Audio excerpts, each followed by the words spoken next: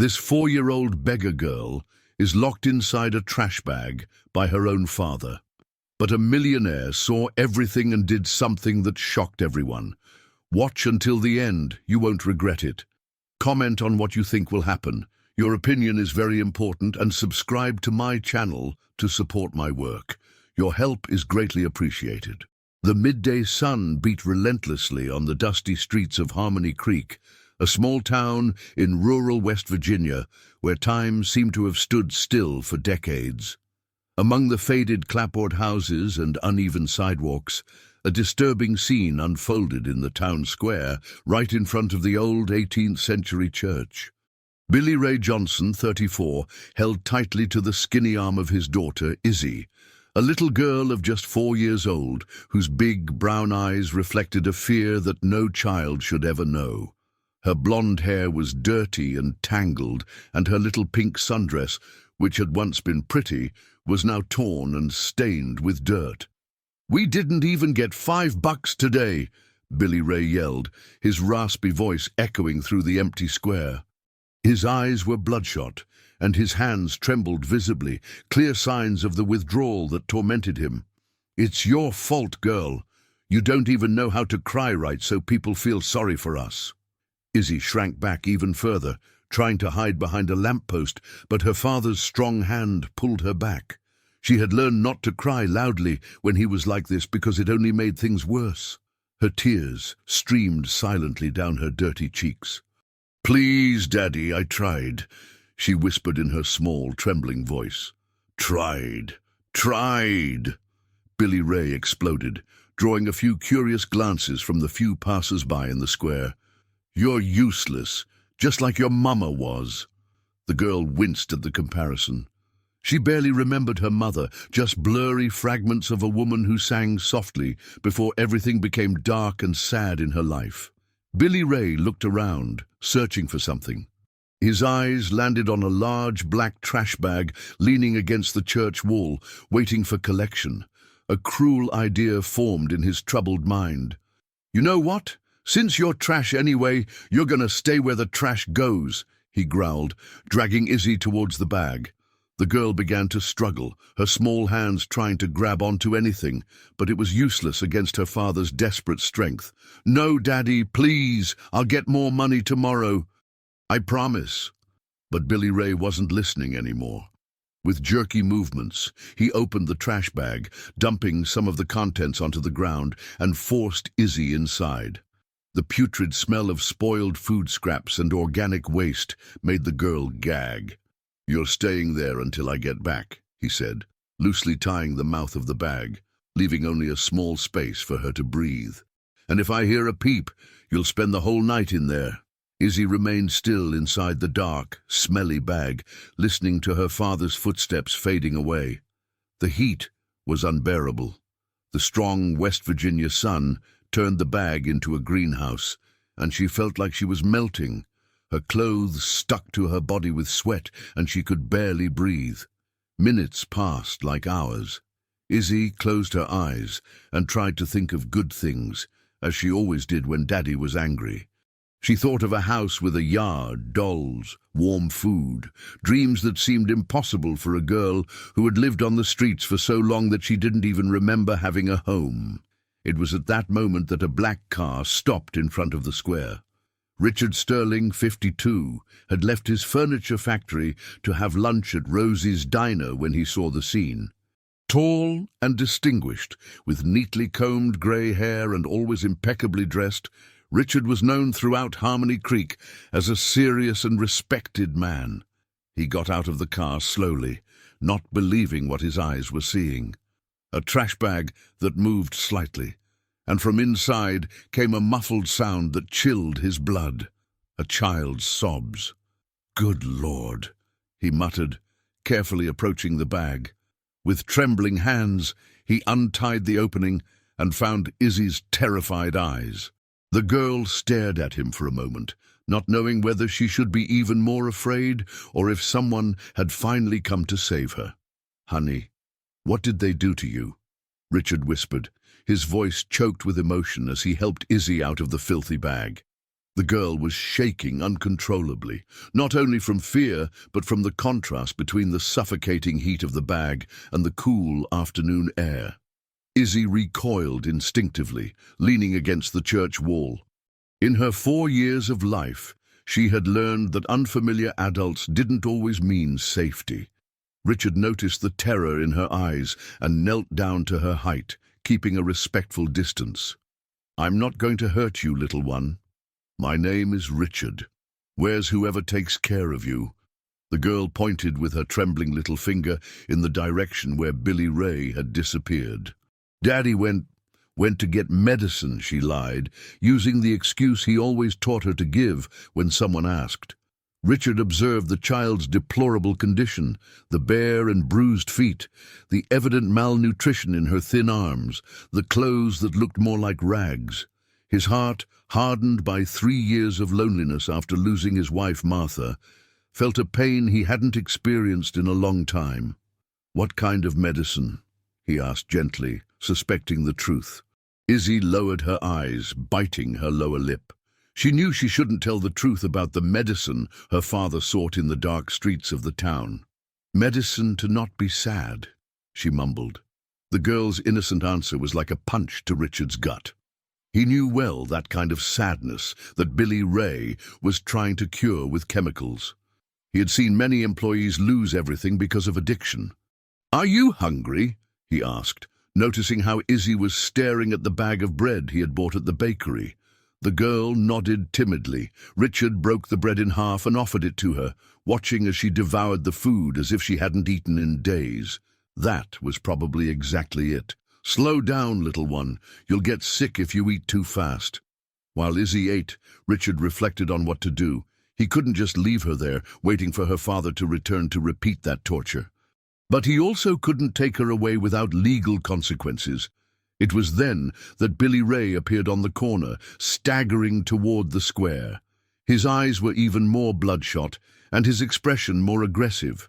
Richard stood up, positioning himself protectively in front of Izzy. "Hey, what are you doing with my daughter?" Billy Ray yelled, quickening his pace.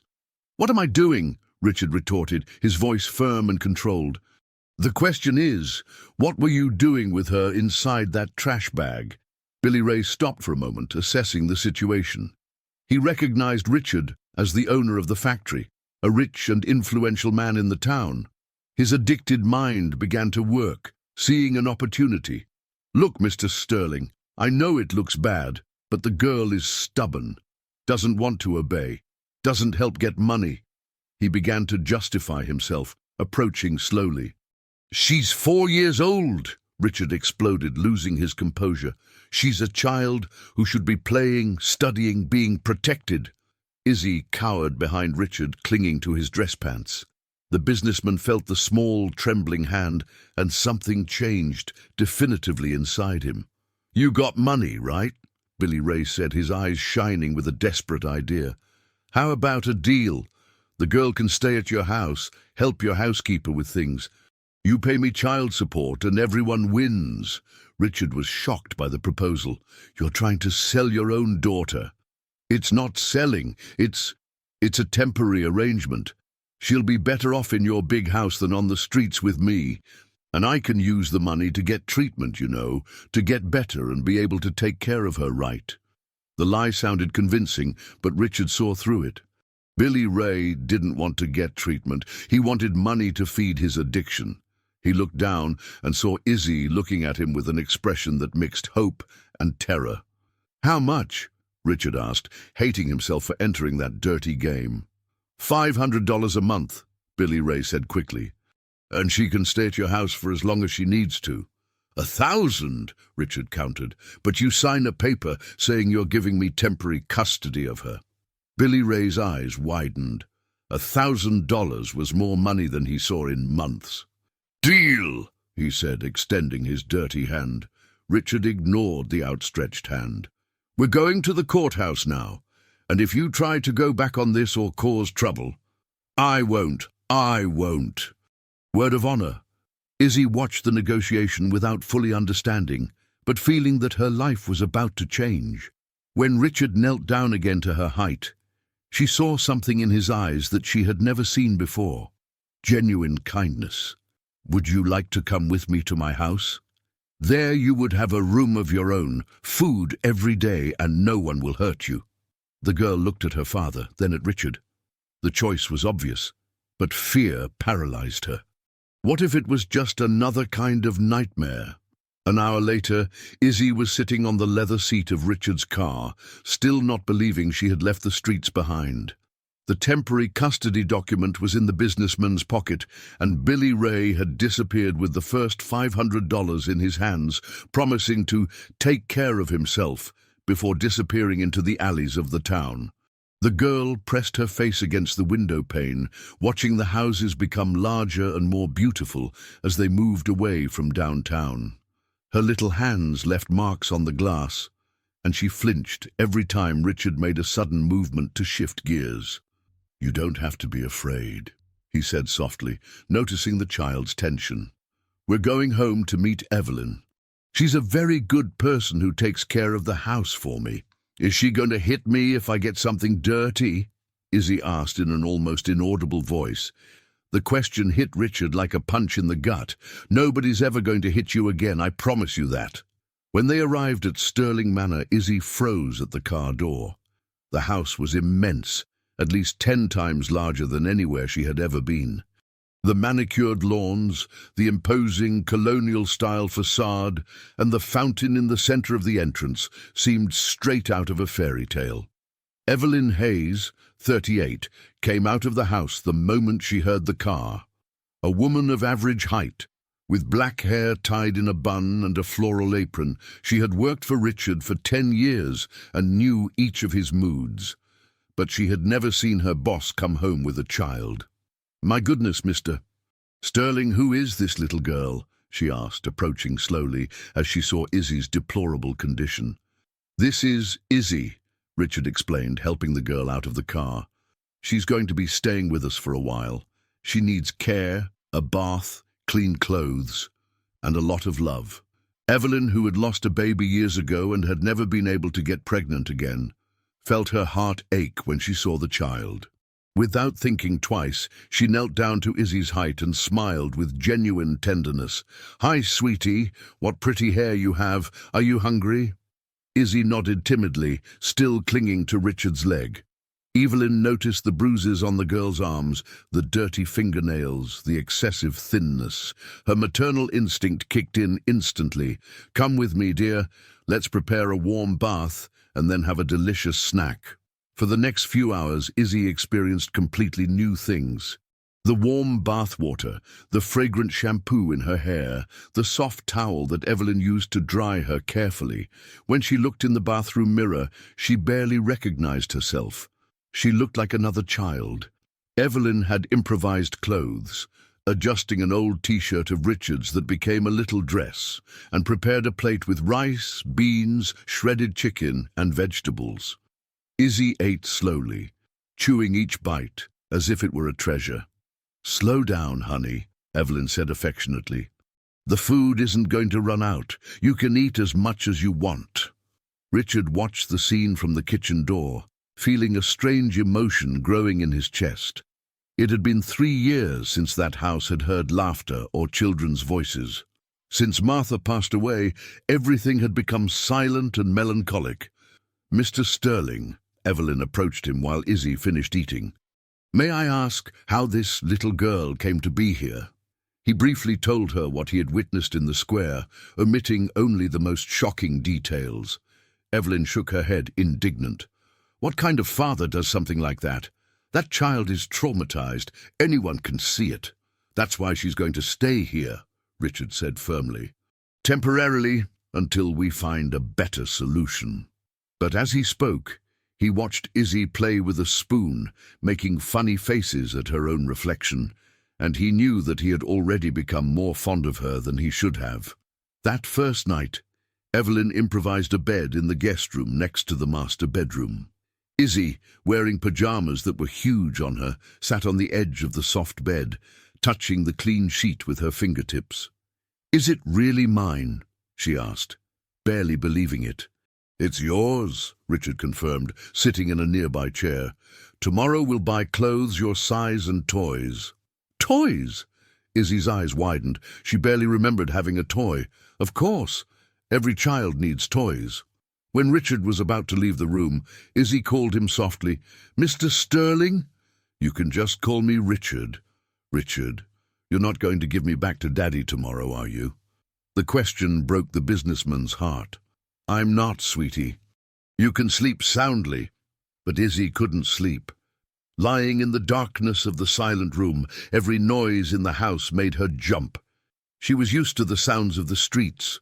Cars passing, people shouting, loud music from distant bars. The silence of the mansion was terrifying. Around 2 in the morning, Evelyn heard a soft cry coming from the guest room.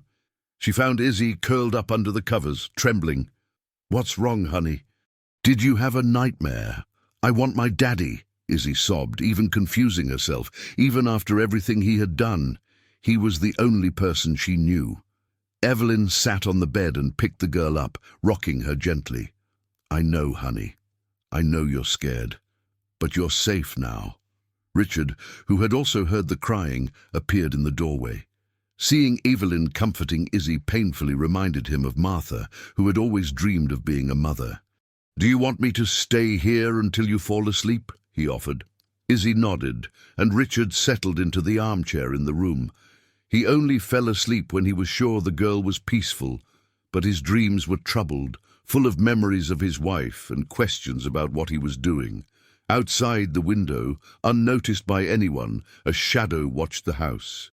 Billy Ray had returned, not to pick up his daughter, but to assess her new living conditions and plan how he could take more advantage of the situation.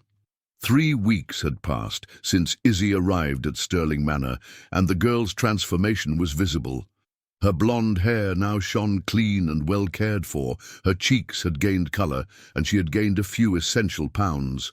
But the most significant changes were behavioural. "Good morning, Richard." "Good morning, Aunt Evelyn," Izzy greeted cheerfully every morning, running to the kitchen where breakfast awaited her. She had quickly learned the routine of the house and adapted with an ease that surprised the adults. Richard found himself eager to get home every day. The sound of childish laughter echoing through the hallways had brought life to the silent mansion. He found himself leaving the office early just to spend more time with Izzy.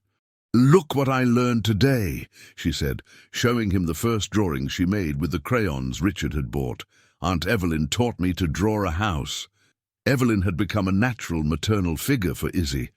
The housekeeper taught the girl small household tasks suitable for her age, putting away the toys, helping set the table, watering the plants in the garden.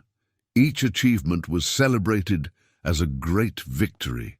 "She's blossoming," Evelyn commented to Richard one afternoon as they watched Izzy play in the garden, talking to herself with her new dolls. "But she still has nightmares some nights." It was true. Izzy still woke up scared occasionally, calling for Daddy in the midst of confused dreams. In those moments, Richard or Evelyn would rush to comfort her, and she would calm down quickly when she realized where she was. "It's normal," Richard replied, although he also worried. "She's been through a lot for such a little kid." It was during one of those quiet afternoons that Richard decided to teach Izzy to read. They sat in the house's library, surrounded by hundreds of books that the girl watched with fascination. "Let's start with your name," he said, writing Izzy in large letters on a piece of paper. Izzy's concentration was impressive. She held the pencil with excessive care, as if it were a precious object, and repeated each letter with absolute dedication. "I-Z-Z-Y," she spelled slowly, smiling radiantly when she succeeded. "Is that how you write my name?" "Exactly like that, little scholar." The reading afternoons became a sacred ritual between them. Richard discovered that Izzy had an exceptional memory and absorbed knowledge like a sponge. In a few days, she already recognized several simple words. "Richard," she said one of those afternoons, lifting her eyes from the children's book they were reading, "why did you bring me to your house?" The question caught the businessman off guard. How to explain to a 4-year-old the impulses of the human heart. Because every child deserves to be cared for and loved, he answered honestly. And because my house was too quiet without you. Izzy smiled and turned her attention back to the book, but Richard realized that she had processed the answer with a maturity beyond her years. It was in that same week that the first problem arose. Rosemary Sterling, Richard's older sister, made an unexpected visit to the mansion. At 55, she was a rigid and conservative woman, accustomed to having strong opinions about her brother's life. "Richard, I need to talk to you," she said coldly, barely greeting Evelyn at the door. "I heard you're raising a street kid here." Izzy was playing in the living room when she heard raised voices coming from the office. Curious, she approached the ajar door and heard fragments of the conversation that would change everything. "You've completely lost your mind, Richard. A strange child in your house." "She's not strange, Rosemary. She's a child who needed help." "Help? And since when did you become a social worker? That girl and her father are clearly running a scam." "What scam? She's 4 years old." "Children can be trained, Richard. That man probably taught her to make a pitiful face to deceive generous people like you." Izzy felt a tightening in her chest when she heard the woman's words. Could it be true? Was she deceiving Richard without knowing it? "You're being ridiculous." Richard's voice sounded firmer. "Izzy is just a traumatized child who is recovering. Traumatized or well-trained. Richard, you're still grieving for Martha. You're not thinking straight." Martha's name made Izzy frown. Who was that person? Why did Richard get sad when they talked about her? "Leave Martha out of this," Richard said dryly. "I can't. You're trying to replace the child you never had with some random girl. That's not healthy." Izzy didn't fully understand what it meant, but she realized she was being considered a problem. Silently, she moved away from the door and went up to her room, where she sat on the bed hugging her new doll. When Richard went up to look for her later, he found her too quiet. "What's wrong, sweetie? Are you sad?" "Richard," she asked in her small voice, "am I a problem for you?" Richard's heart broke. "Why are you asking that? The lady who came here said I was deceiving you. I don't want to deceive anyone." Richard sat on the bed and picked Izzy up. "Listen carefully. You are not a problem. You are the best thing that has happened to this house in a long time, and no one, not even my sister, can change that." But Rosemary had planted a seed of doubt in her mind, and Rosemary had planted another in Richard. Both went to sleep that night with questions they hadn't had before. Outside the mansion, Billy Ray watched the illuminated windows of the house. He had spent the last few weeks spending Richard's money on drugs, but now he was broke again. It was time to pay another visit to the generous man who was taking care of his daughter. The next morning, Billy Ray appeared at the gate of Sterling Manor early in the morning, even before Richard left for work. His eyes were more sunken, his clothes dirtier, and the sour smell of alcohol and other substances emanated from his skinny body. Evelyn was the one who answered the intercom, immediately recognizing the man's raspy voice. "Mr. Sterling," she called nervously, "Izzy's father is here." Richard felt his stomach churn. He had expected this moment to arrive, but not so soon. Izzy was having breakfast in the kitchen, humming softly a song that Evelyn had taught her. The peace of that moment contrasted cruelly with the storm that was approaching. "Stay with her in the kitchen," Richard instructed Evelyn. "Don't let her see or hear anything." Richard went down to the gate, where he found Billy Ray leaning on the iron bars, clearly in a deplorable state. The man's transformation in just 3 weeks was shocking. He seemed to have aged years. "Billy Ray, what do you want?" "Came to see my daughter," he said, trying to straighten his posture. "And talk about our arrangement. Our arrangement is working perfectly. Izzy is well taken care of. You received your money." "That's what I want to talk about." Billy Ray smiled unpleasantly. $500 a month isn't covering my expenses anymore. I need more." Richard clenched his fists. "How much more?" $1,500 per month.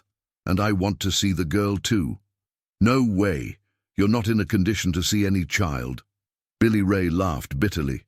"Ain't I? Well, maybe other people would be interested to know that the respected businessman Richard Sterling is keeping a child in his house without proper legal authorization." The threat hit Richard like a gunshot.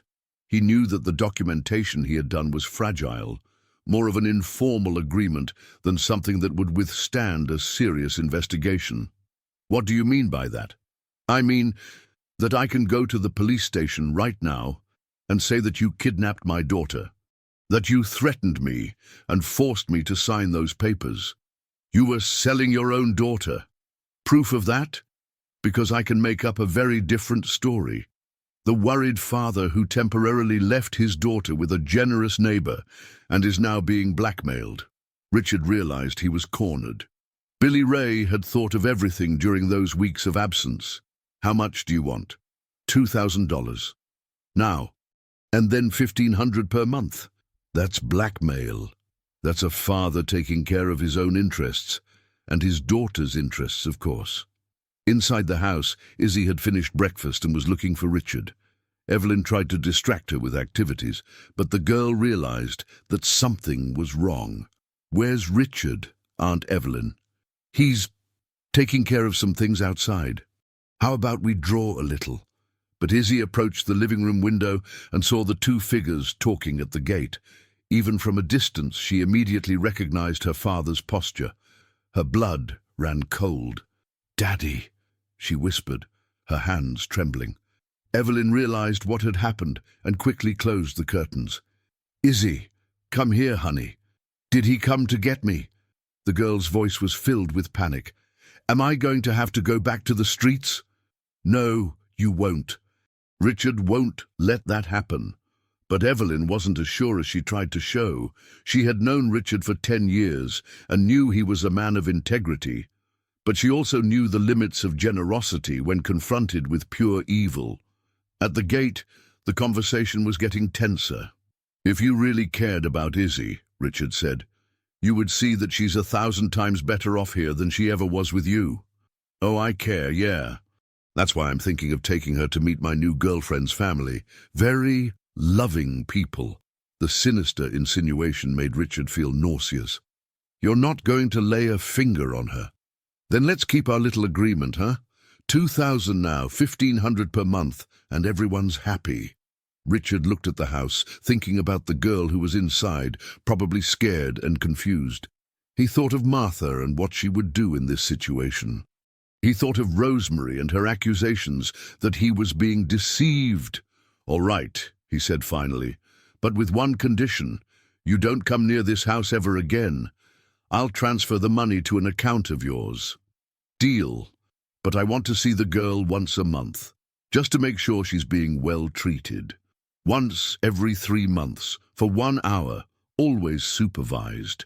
Billy Ray thought for a moment, calculating the gains. "Deal?" When Richard returned to the house, he found Izzy hiding behind the living room sofa, trembling like a leaf. Evelyn was kneeling next to her, trying to calm her down. "Did he leave?" Izzy asked in a muffled voice. "He did," Richard confirmed, kneeling down too. "And he's not coming back. But he's my dad. He can take me away whenever he wants." "He can't, honey. You're safe here." But the words sounded empty even to Richard. He had just given in to blackmail, proving that he didn't have as much control of the situation as he would like.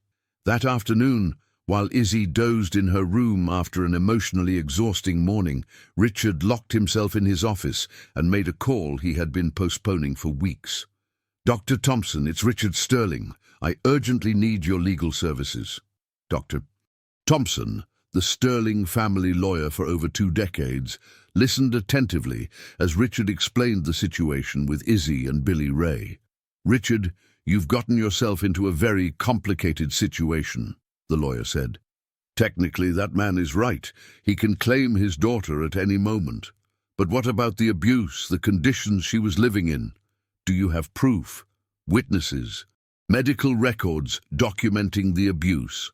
Richard realized with horror that he had nothing but his own word about what he had witnessed that day in the square. "So she's lost?" "Not necessarily. But you need to start documenting everything. And most importantly, you need to stop paying this man. Every transfer you make strengthens his version that you have a business agreement for the child. When he hung up the phone, Richard felt more lost than ever. How to explain to Izzy that her situation was much more fragile than both had imagined? 2 weeks after Billy Ray's visit, the atmosphere at Sterling Manor had changed completely.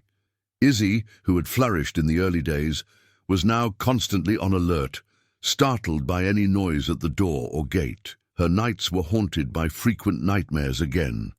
"Richard," she asked one morning, while stirring her porridge without appetite, "are you going to give me back to Daddy?" The question tore at Richard's heart every time she asked it. "Of course not, sweetie. Why are you thinking about that?" "Because you get sad when you look at me now, like Daddy used to get when he was angry." Richard realized with horror that his own anxiety was affecting Izzy. The girl had developed an acute sensitivity to the moods of the adults around her, a painful survival skill for someone so young. "I'm not sad with you," he said, kneeling beside her chair. "I'm worried about some grown-up things, but it has nothing to do with you." Evelyn watched the interactions between the two with growing concern. She had noticed how tense Richard was, how compulsively he checked the locks on doors and windows, how he jumped when the phone rang. It was during a particularly difficult afternoon, when Izzy refused to play in the garden for fear that someone would see her, that Evelyn made a decision. While Richard was at work, she went to his office to look for clues about what was going on. At the bottom of a drawer, she found a folder with documents about Izzy, the fragile agreement signed with Billy Ray, legal notes from Dr. Thompson, and something that made her stop breathing: bank statements showing increasing monthly transfers to an account in Billy Ray Johnson's name. "Good heavens," she muttered, immediately understanding the situation. "He's being blackmailed." Continuing to search, Evelyn found a dusty box on top of the closet. Inside it, love letters between Richard and Martha, photos of the couple, and medical documents that told a story of pain. Frustrated attempts to get pregnant, unsuccessful fertility treatments, the growing sadness of a couple who dreamed of being a family. One letter in particular caught her attention. It was from Martha to Richard, written a few months before her death. "My love, I know you think we failed because we couldn't have children, but maybe our purpose is different. Maybe we should consider helping a child who already exists and needs love. There are so many in the world needing a family." Evelyn felt tears in her eyes. Martha had planted the seed of the idea that would become reality with Izzy, even after her passing. When Richard arrived home that night, he found Evelyn waiting in the living room with a determined expression. "We need to talk," she said, "and I want the whole truth."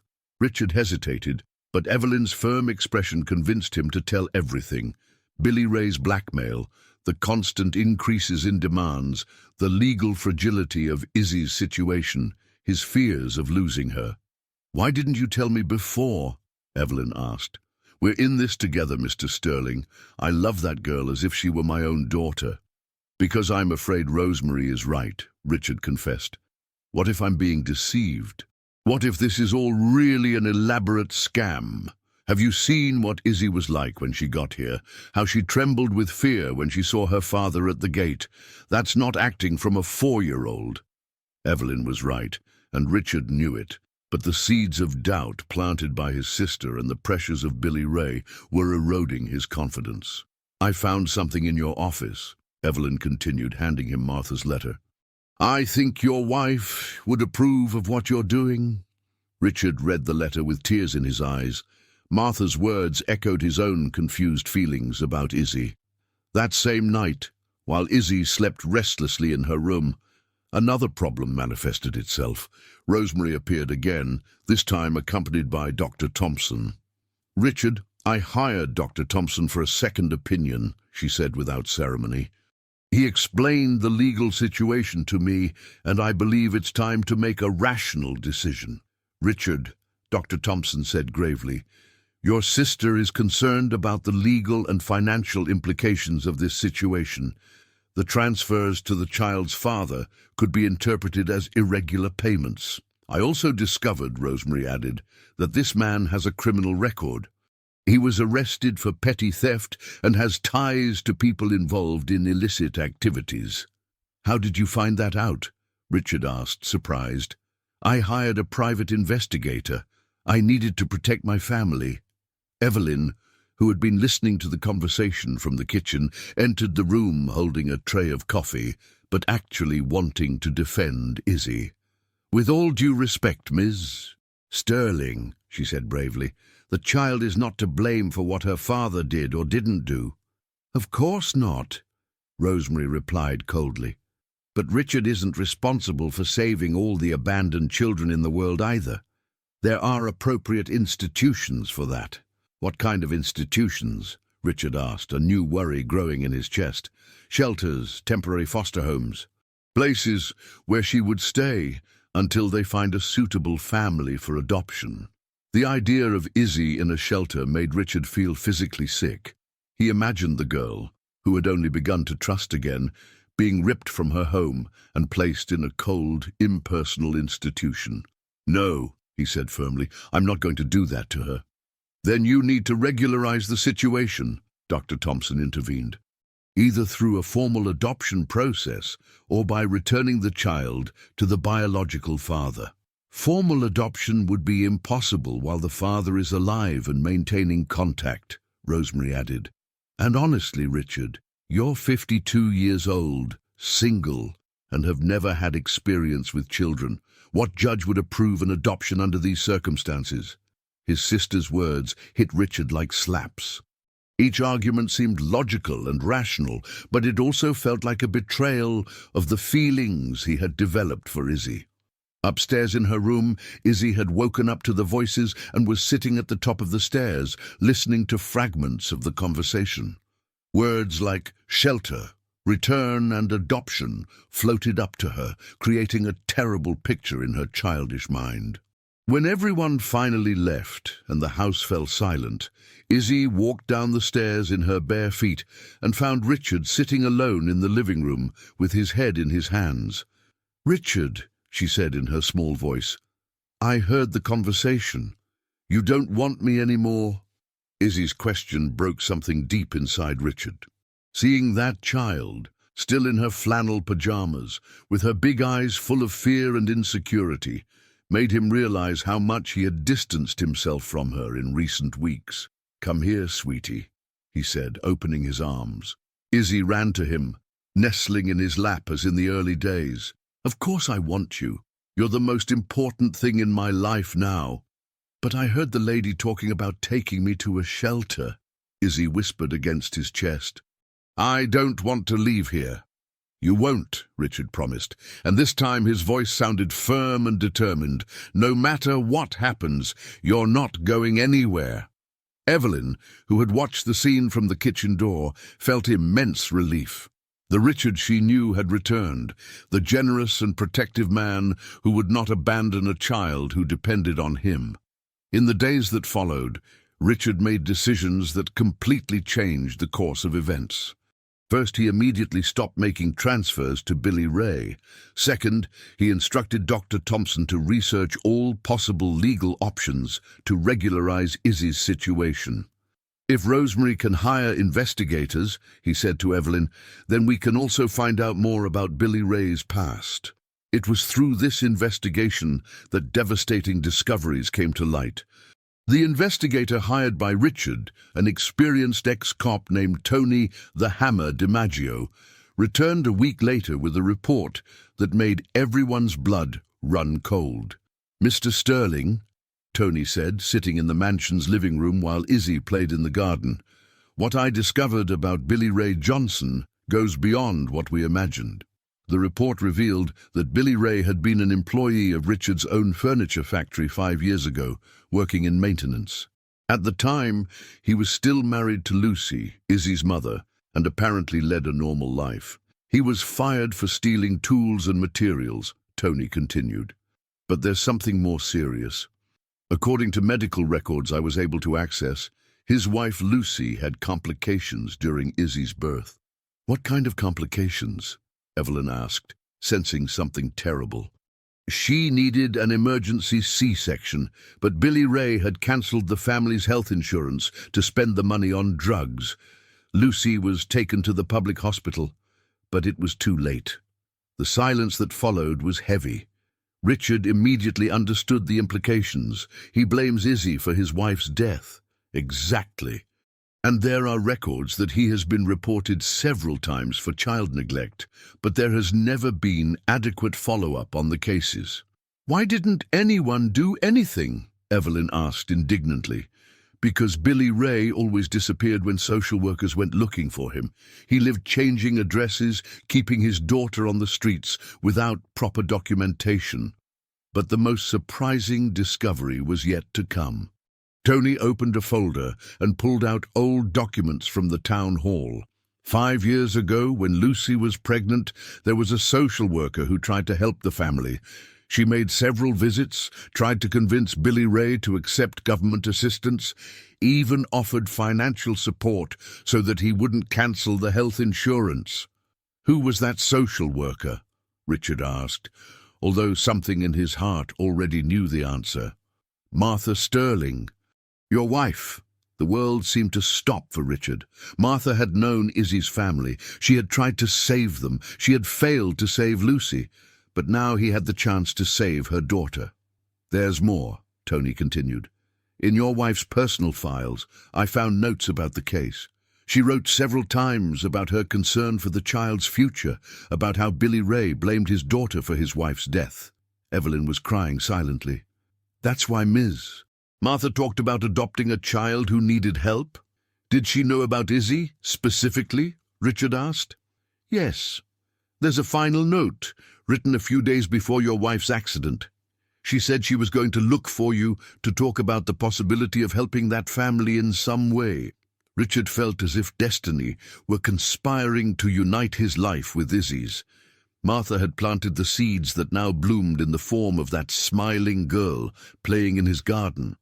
Do we have enough evidence for a process to terminate parental rights? Asked Dr. Thompson, who had been called to hear the report. We have much more than that, Tony replied. We have evidence of neglect, abandonment, physical and psychological abuse. Any sensible judge would remove the child from this man's custody.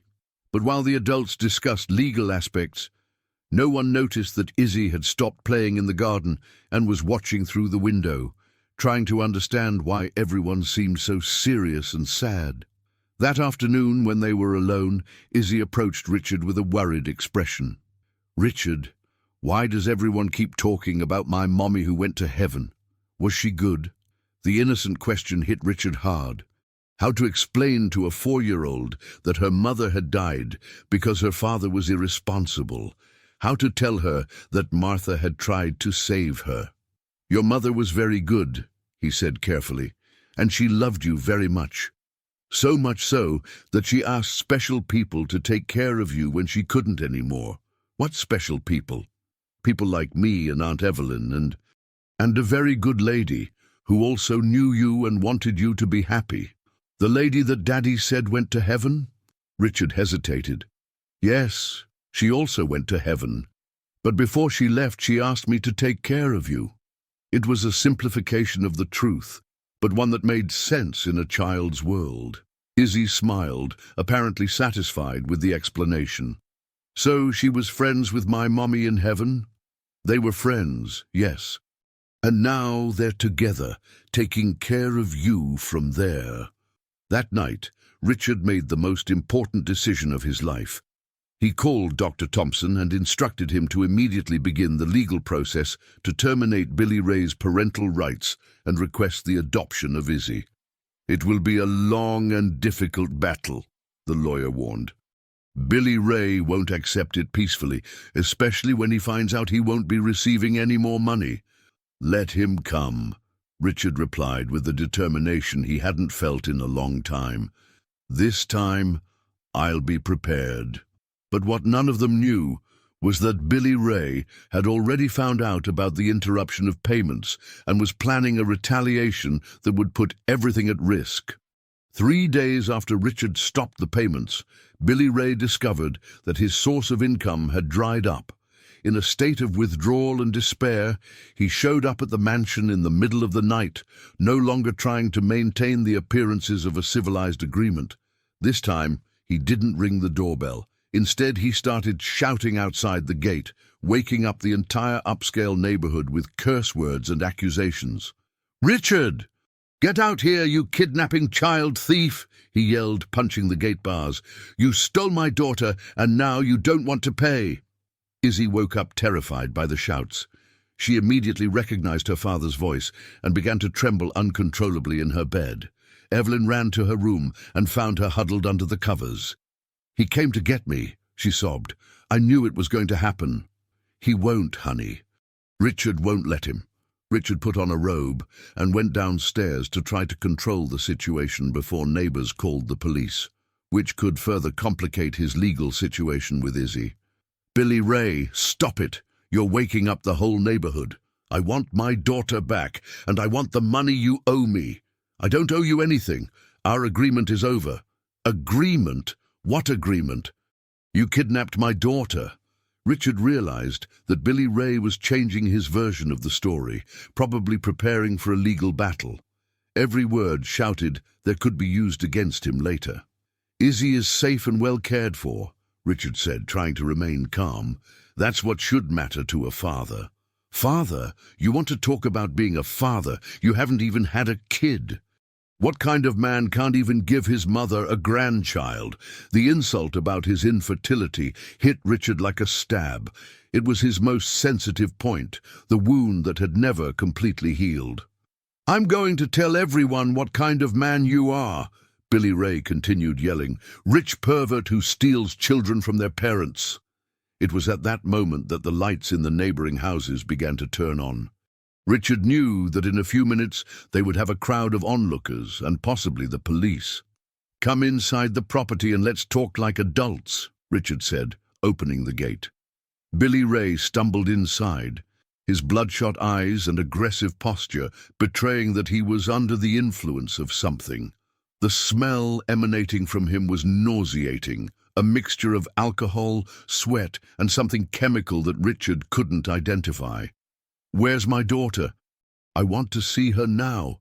She's sleeping. It's 2 a.m. Wake her up. I want her to see how her daddy ain't gonna let nobody steal her."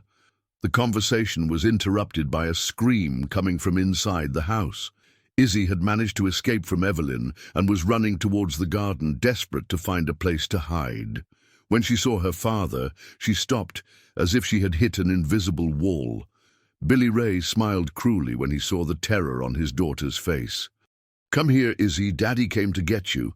"I don't want to go," she screamed, running behind Richard. "Please, don't take me away." "See?" Billy Ray laughed bitterly. "You brainwashed my own daughter against me. That's parental alienation." Richard was surprised by the legal term. Someone had advised Billy Ray on how to approach the situation legally. "Izzy is scared because you mistreated her," Richard said. "Anyone can see that." "Mistreat? I never mistreated my daughter. I was teaching her how to survive in the real world, not filling her head with princess fantasies." Evelyn had arrived in the garden and was trying to calm Izzy, who was in a state of total panic.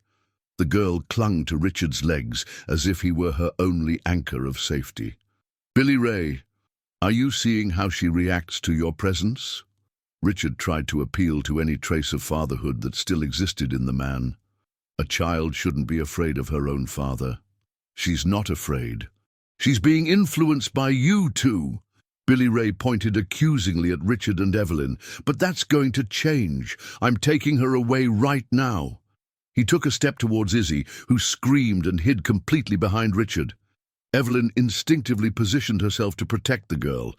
"You're not taking her anywhere," Richard said firmly. "Oh, ain't I? Who's going to stop me?" "She's my daughter." Billy Ray tried to get past Richard to get Izzy, but the businessman physically stopped him. It was then that Billy Ray completely lost control and attacked Richard. The fight was brief but intense. Billy Ray, despite being drugged, was younger and more desperate. He managed to land a few punches on Richard before Evelyn screamed loud enough to wake up half the neighborhood. "Help! Someone call the police!" Evelyn's scream made Billy Ray realize that he had gone too far. He stopped hitting Richard and looked around, seeing lights on in several neighboring houses. "This isn't over," he said, panting. "You're going to pay for this, and I'm going to get my daughter back." "Get off my property," Richard replied, wiping the blood from his nose. "Now!" Billy Ray spat on the ground and headed for the gate, but before leaving he turned to Izzy. "Daddy will be back to get you, honey. You can be sure of that." After he left, the silence that followed was broken only by Izzy's sobs. The girl was traumatized, shaking uncontrollably in Evelyn's arms. "He's going to take me away, isn't he?" she asked through tears. "He's stronger than you." Richard, despite the physical pain of the punches, knelt down beside her. His face was swollen and there was blood on his shirt, but his eyes were determined. "Listen carefully, Izzy. I promise you that I will never, ever let that man take you away, no matter what I have to do. You promise?" "I promise with my whole life." But while comforting Izzy, Richard knew that the situation had become much more complicated. Billy Ray had mentioned parental alienation and used legal terms. This meant that he had legal guidance now. The next morning, Dr. Thompson called with news that confirmed Richard's worst fears. "Billy Ray filed a complaint at the police station, claiming that you assaulted him and are holding his daughter against his will. And more, he got a lawyer through legal aid." The battle for Izzy had officially begun, and Richard discovered that he had completely underestimated his opponent. In the days following the confrontation with Billy Ray, Richard's legal situation deteriorated rapidly. The police report filed by Billy Ray had created a version of the facts where he appeared as the victim of a rich and influential man who had stolen his daughter. Dr. Thompson brought increasingly bad news with each visit. The legal aid attorney representing Billy Ray is young but competent. He is building a solid case based on the claim that you took advantage of the vulnerable situation of a father in distress. "But what about the evidence of abuse?" Richard asked, desperate. "It's circumstantial. We have no medical records, no prior formal complaints, nothing that officially proves the abuse, just your word against his." Izzy, meanwhile, had regressed significantly. She had constant nightmares again, refused to play in the garden for fear that Billy Ray would appear, and clung to Richard or Evelyn all the time. "He's coming back," she repeated constantly. "I know he's coming back." It was during one of these distressing conversations that Evelyn suggested something that hadn't occurred to Richard. "Why don't we see Father Michael? He knows the whole history of the town. Maybe he knows things about Billy Ray that can help us." Father Michael O'Malley, 62, had been a respected figure in Harmony Creek for over 3 decades. A man of medium stature, with completely white hair and gentle eyes, he had baptized Richard, celebrated his wedding with Martha, and offered solace after her death. Richard sought him out on a sunny afternoon, finding him in the church garden tending the roses that Martha had planted years ago as a donation to the community. "Richard, my son," the father smiled when he saw him. But soon his expression became worried as he noticed the bruises still visible on his face. "I've heard rumors in town about you taking care of a child, and by the signs, it seems you've faced some difficulties." "Father, I need your help," Richard said, telling the whole story from the first meeting with Izzy to the recent confrontation with Billy Ray. Father Michael listened in silence, occasionally shaking his head with sadness or indignation. When Richard finished, the father remained in contemplation for a few moments. "My son, there's something you need to know about Billy Ray Johnson, something that few people in town know." "What?" "He's been through here a few times in recent years, always asking for money, always inventing different stories about his needs. But about 2 years ago, he appeared here one morning completely distraught. Father Michael paused, clearly reluctant to share what he knew. He was under the influence of drugs, but he was also confessing.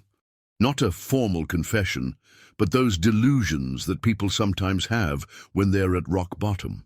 What kind of confession? He spoke about his wife's death. He said it was his fault, that he had spent the health insurance money on drugs. But he also said something more disturbing. The father hesitated again, looking at the roses as if seeking strength in them. He said he hated his daughter because she looked like her mother. That every time he looked at Izzy, he remembered Lucy and how he had failed as a husband. He said that sometimes he felt like getting rid of the girl. Richard felt his blood run cold. He threatened to hurt Izzy? Not directly, but it was clear that he saw his daughter as a burden, a constant reminder of his failures. It was one of the most disturbing conversations I've ever had in all my years of priesthood. Why didn't you report this to the authorities? Because he hadn't formally confessed, and I had no concrete evidence. Furthermore, the next morning, when I tried to look for him to offer help, he had disappeared again. Father Michael turned to Richard with a determined expression. But now, knowing what this child has been through and seeing how you have cared for her, I believe I must break my usual discretion. What do you mean? I mean that I am willing to testify in your favor. And there's more. During these years, I documented each visit from Billy Ray, each request for money, each contradictory story he told. I have a complete diary of his comings and goings. The revelation brought the first spark of hope that Richard had felt in weeks. Could this help in the legal process? More than that, it could prove a pattern of unstable behavior and constant lies. It could also demonstrate that he saw his daughter as an object, not as a person to be protected. That same afternoon, Father Michael accompanied Richard back to the mansion to meet Izzy personally. The girl, who was playing with dolls in the living room under Evelyn's watchful eye, was initially shy in the presence of the religious man. "Hello, little one," the father said gently, kneeling down to her height. "My name is Michael. I've been Richard's friend for a long time." Izzy watched him curiously. "Are you a real priest?" "I am." "And are you the Izzy who transformed Richard's life?" The girl smiled shyly. "I live here now. Richard and Aunt Evelyn take care of me." "And do they take good care of you?" Father Michael asked, pretending to be investigating. "Very well," Izzy replied excitedly. "They give me yummy food, teach me to read, and never hurt me." The spontaneity of the response deeply touched the father. It was obvious that the child had found safety and love in that house. During the visit, Father Michael observed the interactions between Izzy, Richard, and Evelyn. It was clear that they had formed a genuine family based on mutual affection and care. "Richard," the father said as he prepared to leave, "you have my full support in this situation. I'll talk to Dr. Thompson tomorrow and offer my testimony." "Father, why are you getting so involved in this? I know it's not your obligation."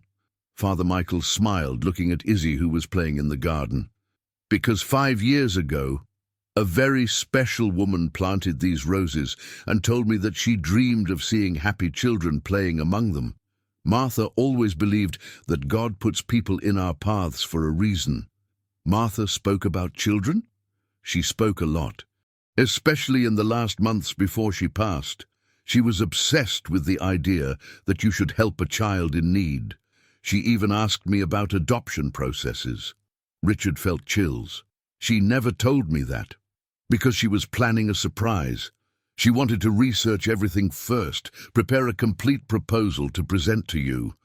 Her death interrupted those plans, but perhaps Izzy is the answer to the prayers that Martha never got to make." That night, Richard felt more hopeful than he had felt in weeks. He had a powerful ally in Father Michael, documented evidence of Billy Ray's erratic behavior, and the renewed certainty that he was doing the right thing. But what he didn't know was that Billy Ray had also found out about the father's involvement and was planning a way to neutralize this new obstacle in his path. A week after the meeting with Father Michael, Evelyn made a discovery that would change everything. She was organizing Martha's belongings that still remained stored in the attic when she found a box that had gone unnoticed for all these years. Inside it, carefully preserved, were documents that made her heart stop: social work reports, personal notes about needy families, and an entire folder dedicated to the Johnson family, Billy Ray, Lucy, and the baby that was to be born. "My God," Evelyn whispered, reading Martha's meticulous notes about the attempts to help Lucy during her pregnancy. The pages revealed a story of growing frustration. Martha had visited the family at least 15 times, offering medical, financial, and emotional support. Her notes described Billy Ray as resistant to help and increasingly aggressive with his wife. In a particularly disturbing entry, dated 2 months before Lucy's death, Martha wrote, "Billy Ray cancelled the health insurance again. Lucy is terrified of the delivery. I tried to offer money to reactivate the plan, but he refused with hostility. I fear for her life and the baby's." Evelyn ran to show the discovery to Richard, who was in the office reviewing legal documents with Dr. Thompson. "Mr. Sterling, Dr. Thompson, I found something important." When they read Martha's notes, both men fell silent. There was documented proof that Billy Ray had deliberately put his wife's and daughter's lives at risk. "This changes everything," said Dr. Thompson. "This is contemporary evidence, written by a licensed social worker, documenting negligence and dangerous behavior." "There's more," Evelyn said, handing over a sheet she had saved for last. "This is Ms. Martha's last note about the case." The final entry was dated just 3 days before the accident that took Martha's life. In shaky handwriting, she had written, "Lucy died during childbirth. As I feared, the complications were predictable and could have been avoided. Billy Ray blames the baby. He said horrible things about the child. I must find a way to protect this girl. I will talk to Richard about the possibility of becoming a foster family or even adopting the child when she is in danger." Richard felt tears in his eyes. Martha had died carrying the weight of not having been able to save Lucy and the concern for Izzy's future. "She knew," he murmured. "Martha knew that Izzy would be in danger." That same day, Dr. Thompson scheduled an urgent meeting with the district attorney responsible for children's rights. The evidence found was enough to completely change the course of the case. "Mr. Sterling," the prosecutor said after reviewing the documents, "with this evidence, I can immediately begin a process to terminate parental rights against Billy Ray Johnson. And more importantly, I can issue a protective order preventing any contact between him and the child." For the first time in months, Richard felt that victory was within reach, but the joy was short-lived. 2 days later, Billy Ray showed up in Harmony Creek with a man who introduced himself as his brother, Valmir "Rod" Rodriguez. Tall, menacing, and clearly involved in illicit activities, Rod brought a new dimension of threat to the situation. "My brother told me about your situation," Rod said to Richard during a tense meeting in the town square, away from Sterling Manor where Izzy could see them. "I don't think you understand the kind of family you're dealing with." "What kind of family?" Richard asked, though he already knew he didn't want to hear the answer. "The kind that doesn't accept getting screwed over by stuck-up rich folks," Rod grinned menacingly. "Billy Ray told me you stopped honoring your agreement." "We have no agreement. His niece is under my temporary legal guardianship." "Legal?" Rod laughed. "That's funny, because as far as I know, my brother never signed any papers officializing that." Richard felt his blood run cold. It was true. The document signed by Billy Ray was fragile and could be easily contested. "But we don't want to complicate things," Rod continued. "We're reasonable people. How about we go back to the previous arrangement? Only now the price has gone up a bit." "How much?" $5,000 a month, and my brother wants to see the girl every week." "No way." "Then maybe it would be better if he just took his daughter home today. We know people who would love to take care of such a well-behaved little girl." The implicit threat made Richard feel nauseous. "You're threatening a child." "We're protecting my brother's parental rights," Rod corrected with cynicism. "But if you prefer to settle this in court, that's fine. It's just that the wheels of justice turn slowly, right? And in the meantime, accidents can happen." Richard realized he had completely underestimated the situation. He wasn't just dealing with an irresponsible father, but with a family involved in criminal activities. That night, he called an emergency meeting with Dr. Thompson, Father Michael O'Malley, and Tony the Hammer DiMaggio, the investigator. The situation had escalated to a level that required more sophisticated strategies. "I need you to investigate Valmir Rodriguez," Richard instructed, "and I want 24/7 protection for Izzy." "Richard," Father Michael said calmly, "maybe it's time to consider taking Izzy out of town temporarily." "Running isn't the solution," Dr. Thompson disagreed. "That could be interpreted as kidnapping a minor." "So what do we do?" Richard asked, desperate. It was Tony the Hammer who offered an unexpected solution. "I have a contact in the state police who can help. If we can get proof that Rod is involved in criminal activities, we can use that as leverage." "What kind of activities?" "From what I've observed, he's involved in receiving stolen goods. Nothing too sophisticated, but enough to put pressure on him." While the adults discussed strategies, Izzy was in her room, unable to sleep.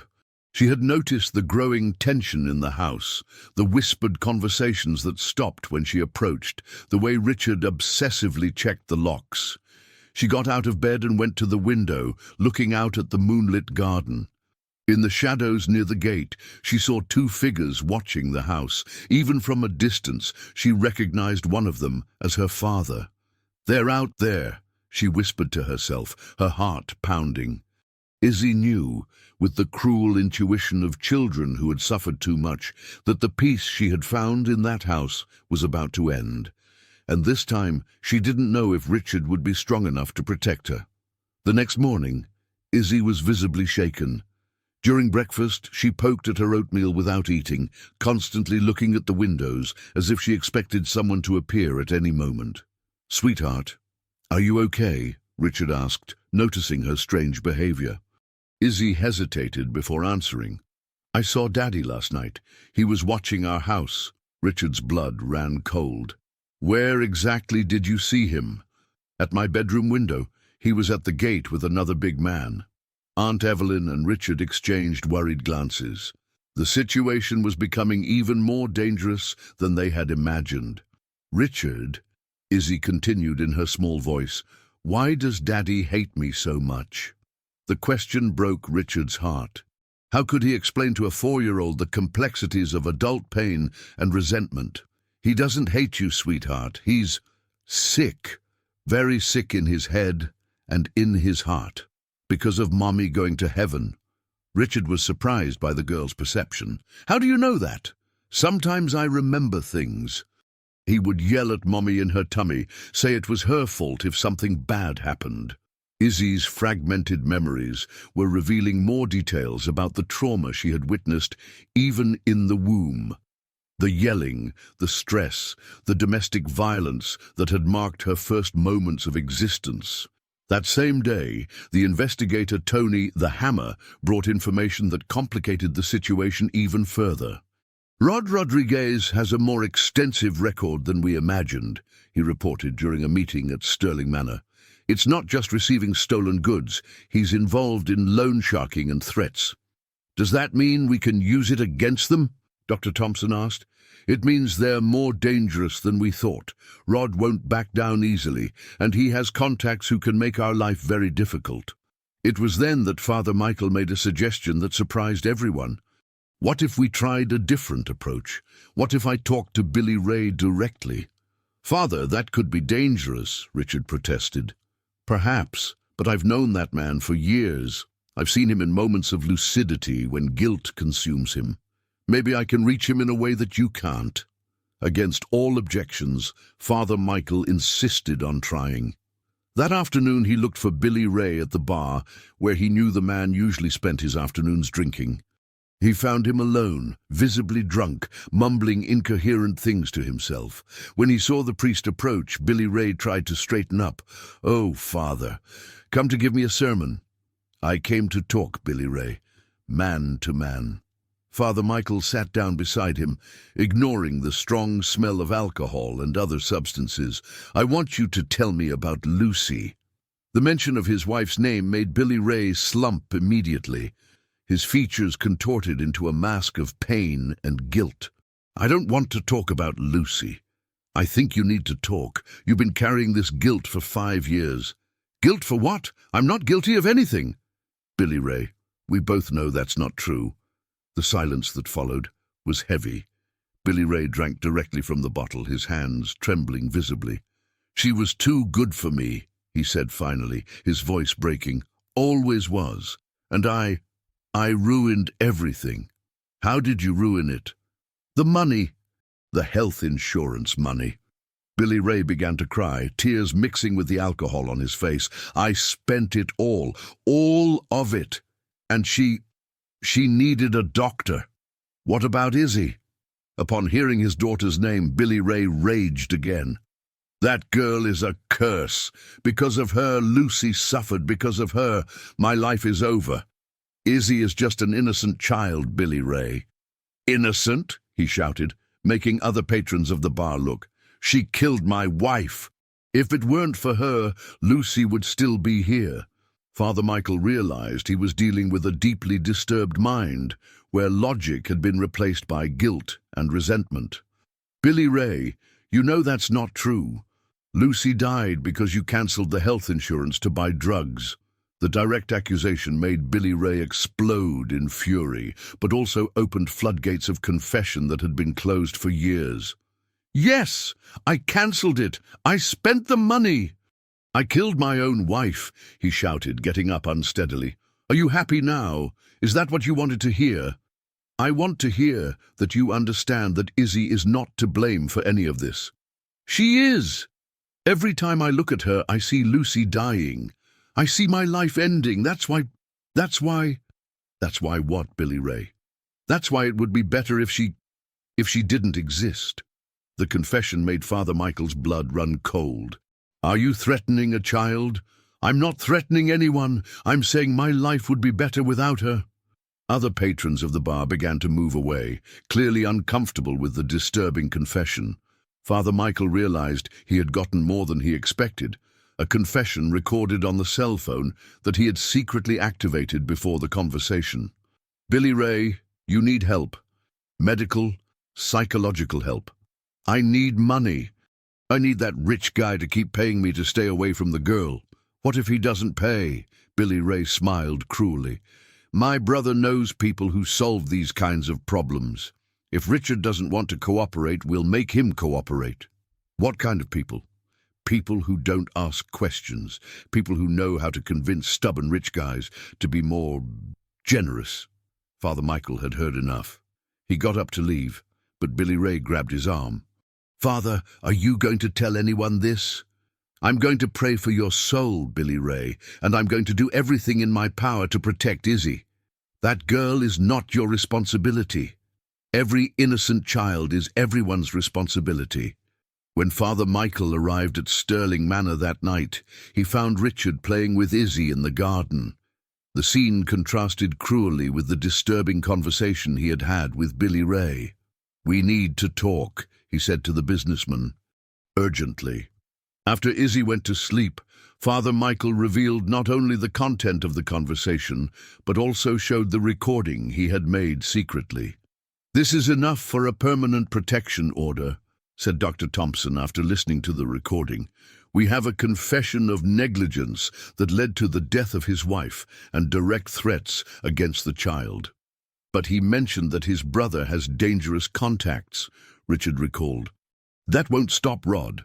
"Maybe not," agreed Father Michael, "but now we have legal ammunition, and there's something else I discovered during the conversation." "What?" "Billy Ray is much sicker than we imagined, mentally, emotionally. He needs psychiatric hospitalization, not custody of a child." That night, Richard felt hopeful for the first time in weeks.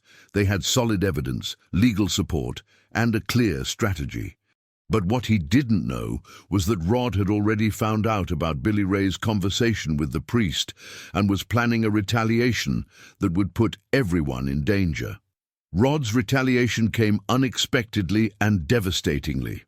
The morning after Billy Ray's confession, Richard received a call from Dr. Thompson with alarming news. "Richard, we have a serious problem. Someone broke into my office during the night and stole all the documents related to Izzy's case." "Stole them? Don't you have copies?" "I have some digital copies, but they took the originals, including Martha's notes and the temporary guardianship document signed by Billy Ray." Richard felt the world collapse. Without the original documents, his legal position was extremely fragile. Was it Rod? Probably, but we have no way to prove it. And there's more. Billy Ray filed a new complaint with the police, claiming that you are holding his daughter against his will and that you forged documents to justify guardianship. The situation had completely reversed. In a matter of hours, Richard went from almost victorious to vulnerable again. What does that mean in practice? It means that a bailiff can show up at any time to remove Izzy from your house and return her to Billy Ray while they investigate the allegations. That morning, Richard made the hardest decision of his life. He gathered Aunt Evelyn and explained the grave situation they were in. "We need to get Izzy out of town," he said, "at least until we can rebuild our legal case." "Wouldn't that be kidnapping?" Aunt Evelyn asked, worried. "It would be protecting a child in danger. I'll take the legal consequences later." But when they went to talk to Izzy about the need for a special trip, they discovered that the girl had disappeared. "She was playing in the garden 15 minutes ago," said Aunt Evelyn, desperate. "I turned my back for a second to answer the phone." Richard ran to the garden, shouting Izzy's name. On the ground near the gate, he found her favorite doll abandoned and signs of a struggle in the dirt. "Izzy, Izzy!" he shouted, but only the echo of his own voice answered. It was then that his cell phone rang. An unknown number. "Hello? Mr. Sterling, this is Rod. I think you're looking for something that belongs to us." Richard's blood ran cold. "Where is Izzy?" "Calm down, boss. The girl is fine. For now, if you lay a finger on her, no one will hurt anyone if you're reasonable. We just want what's ours." "What do you want?" "First, you're going to stop this judicial charade. Second, you're going to go back to paying what we agreed on. Only now the price has gone up, $10,000 a month." "You're crazy. I don't have that kind of money." "Sure you do. You own a factory, you live in a manor. You can sell a few things to guarantee the girl's future." Richard clenched his fists, feeling a rage he had never experienced. "Where is she?" "In a safe place. And she'll stay that way if you cooperate. Oh, and don't even think about calling the police. We have friends there too." The call was ended, leaving Richard in total despair. Aunt Evelyn cried in the garden, holding Izzy's doll, while he tried to think of a solution. It was then that Father Michael arrived running, having heard the screams from the street. "What happened?" "They took Izzy," Richard said, his voice broken. "Rod and Billy Ray kidnapped her." "My God, have you called the police?" "They said they have contacts in the police." Father Michael was silent for a moment, then took out his cell phone. "I have a friend in the state police in Charleston. Someone I trust completely and who has no local connections." While Father Michael made the call, Richard was distraught. Izzy had become more important to him than his own life, and now she was in the hands of dangerous men. "Father," he said suddenly, "I need to tell you something I've never told anyone." "What is it?" "Martha and we lost a baby. She was pregnant when she died.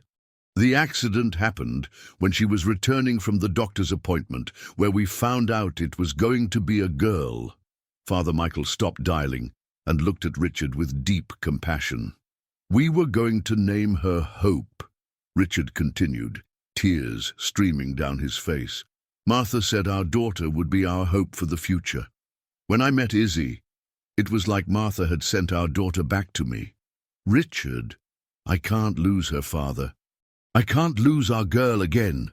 At that moment, Aunt Evelyn shouted from the gate, "Mr. Sterling, someone's coming!" An old car stopped in front of Sterling Manor, and Billy Ray got out of it, visibly shaken.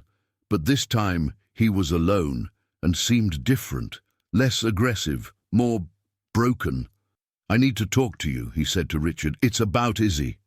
"Where is she?" Richard demanded. "I don't know. Rod didn't tell me." Billy Ray seemed genuinely worried.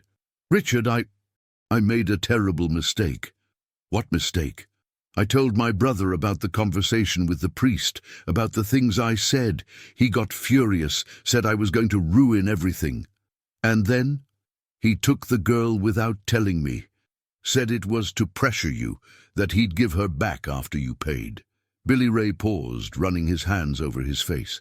"But Richard, my brother is not a good person. He has drug problems too, but worse than mine. And the people he hangs out with. What are you trying to tell me?" "I'm trying to tell you that maybe he doesn't intend to give the girl back." The horror of that revelation hit Richard like lightning. "Why?" Because there are people who pay well for little pretty girls like Izzy." The silence that followed was deafening. Richard understood that the situation had escalated to a level of danger he had never imagined. "Why are you telling me this now?" he asked, trying to control the nausea. "Because," Billy Ray hesitated, then spoke softly, "because when I saw her being taken away, when she looked at me with those Lucy eyes and screamed, 'Daddy, help me,' I remembered she's my daughter, my little girl, and I hated her for so long that I forgot to love her." Tears streamed down Billy Ray's dirty face. "Richard, you took care of her better than I ever did. You made her happy. You're the father she deserves. Then help me find her. I'll help, but there's one condition." "What?"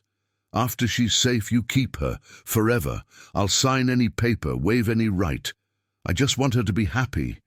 Richard looked at that broken man and saw, for the first time, a glimpse of the father Billy Ray could have been if he hadn't gotten lost in drugs and guilt.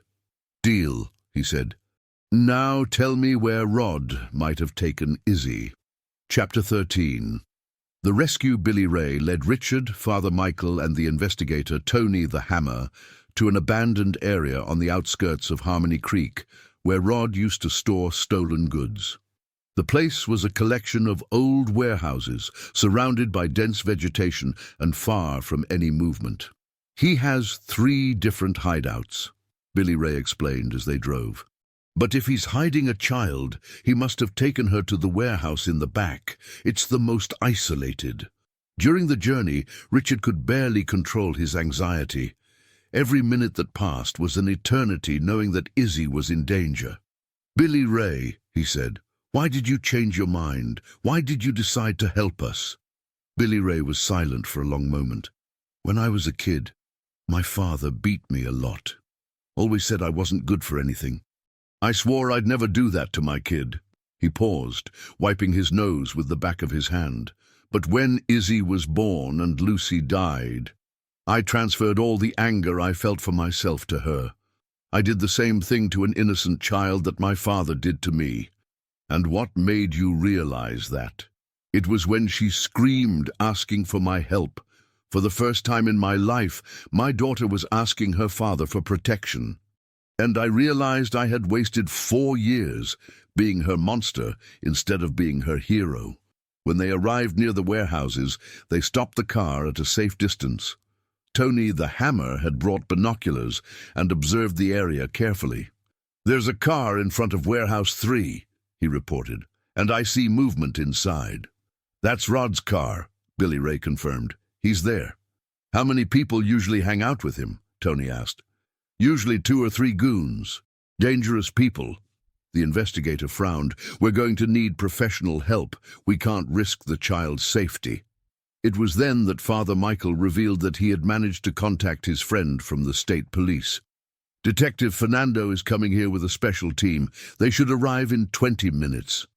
20 minutes can be a long time," Richard said, distressed. "Richard," Billy Ray spoke up, "let me go there first. Alone." I can say I came to get the girl, that you agreed to pay. It's too risky. Rod's my brother. He won't hurt me, and I can at least check if Izzy is okay. Against all protests, Billy Ray insisted on trying the approach. Richard watched him head to the warehouse, his heart pounding. Inside the warehouse, Izzy was sitting in a corner, hugging her knees, trembling with fear and cold. Rod and two men were drinking beer and discussing what to do with her. "Is this Sterling guy going to pay or not?" one of the men asked. "He'll pay," Rod replied. "Rich guys like that can't resist when things get tough." "And if he doesn't pay?" Rod looked at Izzy with an expression that made the girl shrink even further. "I know people who pay well for merchandise like that." It was at that moment that Billy Ray entered the warehouse. "Rod, I did it!" "Did what?" "Sterling agreed to pay. $10,000 just like you asked." Rod smiled with satisfaction. "I knew the rich guy wouldn't resist. Where's the money?" "He wants to see the girl first. He has to be sure she's okay." "Of course she's okay," Rod lied. "We're taking care of her like she was a princess." Billy Ray looked at Izzy in the corner of the warehouse. The girl was visibly frightened, with dirty clothes and signs that she had cried a lot. "Izzy," he said softly, approaching her. "Daddy came to get you." To everyone's surprise, especially Billy Ray's, Izzy stood up and ran to him, hugging his legs as if he were truly her salvation. "Daddy, I want to go home," she sobbed. "I want to go back to Richard and Aunt Evelyn." The desperate hug of his daughter broke something deep inside Billy Ray. For the first time in years, he truly felt like a father. "Let's go, my daughter," he said, picking her up in his arms. "Let's go home." "Hold on," Rod intervened. "The girl only leaves here after the money arrives. Rod, she's a child. She's scared, hungry." "So what? Kids can take it. You took it when you were little." It was at that moment that Billy Ray fully understood the monstrosity of what he had been complicit in. Izzy was not merchandise or an instrument of blackmail. She was his daughter, who deserved protection and love. "No," he said firmly. "I'm not going to let you do this to her." "What's that?" I said no. "Izzy is leaving with me now." Rod laughed bitterly. "Oh, yeah? And who's going to stop me?" "Me." The tension in the warehouse increased dramatically. Rod's henchmen positioned themselves threateningly, but Billy Ray did not back down. "Rod, she's my daughter, and I won't let anyone hurt her anymore." "Your daughter? You've hated this girl for 4 years." I was wrong, very wrong. It was then that the sounds of approaching sirens echoed through the air. Detective Fernando's team had arrived. "What the hell?" Rod muttered, realizing he had been tricked. "I brought the police," Billy Ray confessed, protecting Izzy with his body. "Because my daughter deserves better than this." What followed was fast. The police surrounded the warehouse, Rod and his henchmen were arrested, and Izzy was finally rescued. When Richard saw the girl running towards him through the field, he felt like he was witnessing a miracle. She threw herself into his arms so hard that she almost knocked him over. "Richard, Richard, I knew you were going to save me," she cried, clinging to him as if she would never let go. "It's okay now, sweetheart. It's okay." Billy Ray watched the scene from a distance, being questioned by the police. When Detective Fernando understood that he had helped in the rescue, he decided not to arrest him immediately. "Richard," Billy Ray approached hesitantly. Can I talk to her?" Richard nodded, and Billy Ray knelt down to Izzy's height. "Honey, Daddy did very bad things. Hurt you, didn't take care of you right." Izzy looked at him with her big eyes, processing the words. "But now Daddy understands that you deserve to be happy. You deserve to have a family that really loves you. Don't you love me, Daddy?" The simple question completely broke Billy Ray. "I do, honey. I love you very much. But love isn't enough when we're sick like I am. Richard and Aunt Evelyn can take care of you better than I can." Izzy looked at Richard, then at her father. "And are you going to get better?" "I'm going to try, Princess. I'm going to try hard." At that moment, Izzy did something that no one expected. She hugged her father, not the desperate hug of fear she had given in the warehouse, but a hug of forgiveness. "I forgive you, Daddy," Billy Ray cried, like he hadn't cried since Lucy's death. Finally, after 4 years of anger and guilt, he had rediscovered his love for his daughter, and that love strengthened him to do the right thing. Let her go. Billy Ray guided Richard, Father Michael, and 2 police officers from Charleston through the most dangerous streets of Harmony Creek, areas that most respectable residents avoided. The sun was setting, tinting the sky with an ominous red that seemed to foreshadow the tragedy that could be unfolding. "Rod has an abandoned house on the back of town," Billy Ray explained, his hands trembling visibly. "It's where he usually does his dirty business." "What kind of business?" asked Detective Ricardo Santos, Father Michael's contact who had come from Charleston with his partner. "Drugs, stolen goods, and other things that I don't want to believe he's capable of doing." With each word, Richard felt the despair growing in his chest. Izzy was in the hands of a criminal who could do anything to her. The girl who had become his reason for living, who had brought light back into his dark life, was now in mortal danger. As they drove through the potholed streets of the outskirts, Billy Ray began to talk, as if confessing could somehow redeem years of paternal neglect. "You know, Richard, when Izzy was born, I thought she was the most beautiful thing in the world. Looked like a little doll of Lucy with those big eyes and light hair." "What changed?" asked Father Michael from the back seat. "Guilt," Billy Ray replied simply. "When Lucy died, I couldn't look at Izzy without remembering that I had failed as a husband, as a provider, as a man. It was easier to blame a 4-year-old than to accept my own responsibility." "And now?" Richard asked. "Now I know I lost 5 years of my daughter's life because of my cowardice. And if something happens to her today," his voice broke, "I'll never forgive myself." They arrived at a set of dilapidated houses at the end of a dead-end street. The house that Billy Ray pointed out was the most dilapidated of all. Peeling walls, broken windows, weeds growing around it. It was the kind of place where terrible things happened without anyone seeing or hearing. "There," whispered Billy Ray, pointing to the house. "There's a light on in the back." Detective Ricardo organized the strategy. They would approach silently, surround the house, and try to assess the situation before acting. The most important thing was to ensure Izzy's safety. As they positioned themselves, Richard heard something that made his heart stop, the muffled cry of a child coming from inside the house. It was Izzy. She was alive, but clearly in distress. "It's her," he whispered to the detective. "I can hear Izzy crying." "Let's go in," Ricardo decided, but very carefully. They approached the house in absolute silence. Through a broken window, they managed to see inside. Rod was there, along with 2 men Richard didn't recognize, and in the corner of the dirty room, sitting on the floor with her hands tied, was Izzy. The girl looked physically unharmed but was clearly terrified.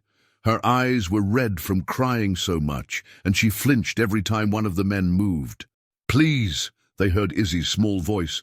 "I want Richard. I promise I'll be good." Richard's heart broke as he heard those words. Even in that terrible situation, Izzy was blaming herself, thinking she had done something wrong. "Shut up, girl," Rod shouted. "No one told you to be born to complicate our lives." It was then that Richard could no longer control himself. Before anyone could stop him, he came out from behind cover and shouted, "Rod, it's me you want. Leave the girl alone." The effect was immediate. Rod and his cronies turned in the direction of the voice, and in the moment of distraction, the police entered through the front door of the house. What followed was a confusion of screams, police commands, and rapid movement. Rod tried to use Izzy as a human shield, but Billy Ray, in a moment of paternal courage that surprised everyone, threw himself on his brother. "Don't touch her!" Billy Ray shouted, fighting with Rod. "She's my daughter."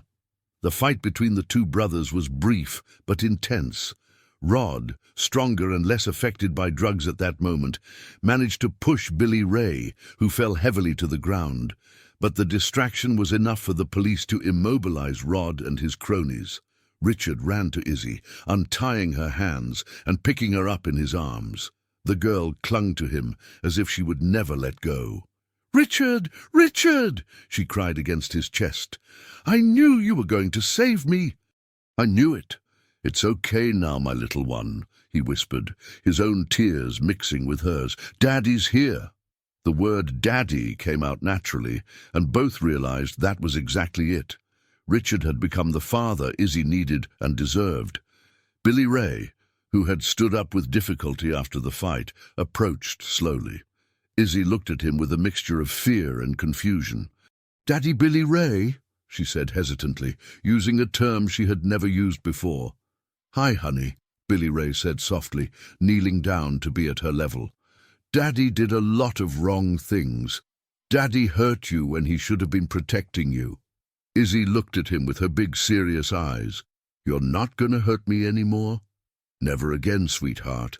Never again. And you know why? Why? Because you're not going to live with me anymore. You're going to live with Daddy Richard, who knows how to take care of you right." Izzy looked at Richard, then at Billy Ray, trying to process this information with her child's mind. "But are you going to disappear?" "I'm not going to disappear. But I'm going far away from here to get better, to heal from the sickness that made me be bad to you. And one day, when I'm healed, can I come visit you?" Izzy thought for a moment, then nodded. "You can. But only if you're being good. I promise I'm going to be good." At the police station hours later, the papers were finally signed correctly. Billy Ray, accompanied by a public defender, formally renounced all parental rights over Izzy and appointed Richard as the preferred legal guardian.